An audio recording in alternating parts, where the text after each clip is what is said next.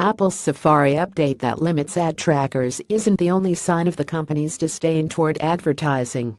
In January, after all but giving up on selling ads itself, the tech giant started having Universal sell ads in Apple News, Apple's news aggregation app. 9 months later, the deal has borne little fruit, according to publishers and sources close to them.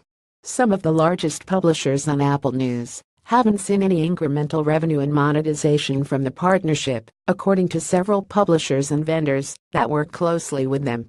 Michael Kuntz, head of digital revenue strategy for Gannett, said he's happy with the audience USA Today is getting from Apple News, but that the revenue coming to the publisher through NBCU is insignificant.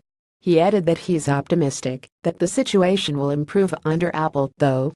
One factor holding back advertising is that some of the publishers that distribute their content on Apple News are resistant to having NBCU, a rival broadcaster, sell their ad inventory.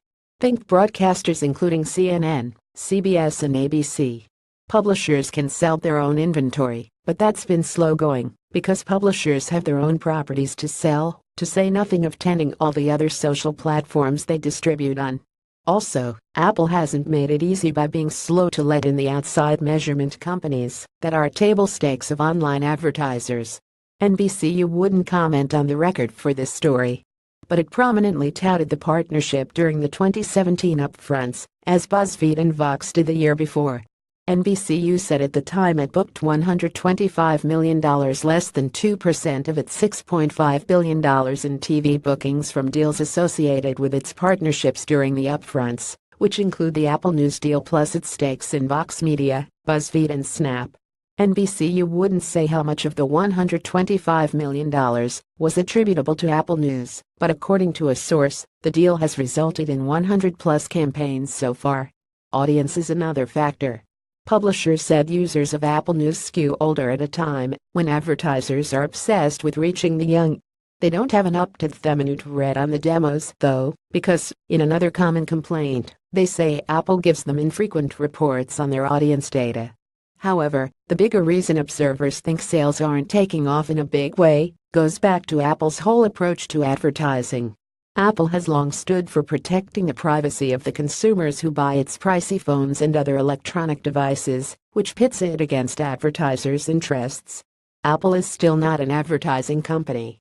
The industry wants more data at a time when Apple is taking away data, said a person with knowledge of the sales arrangement.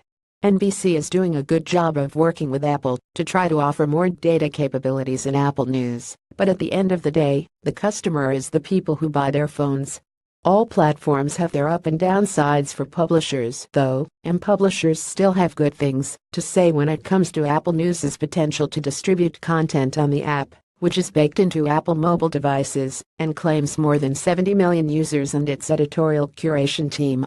Bloomberg Media isn't directly monetizing its content on Apple News yet, but is happy with the traffic and engagement it's getting, and is optimistic that Apple will eventually give publishers seamless and scalable ways to monetize their audience, said Scott Havens, global head of digital for Bloomberg Media.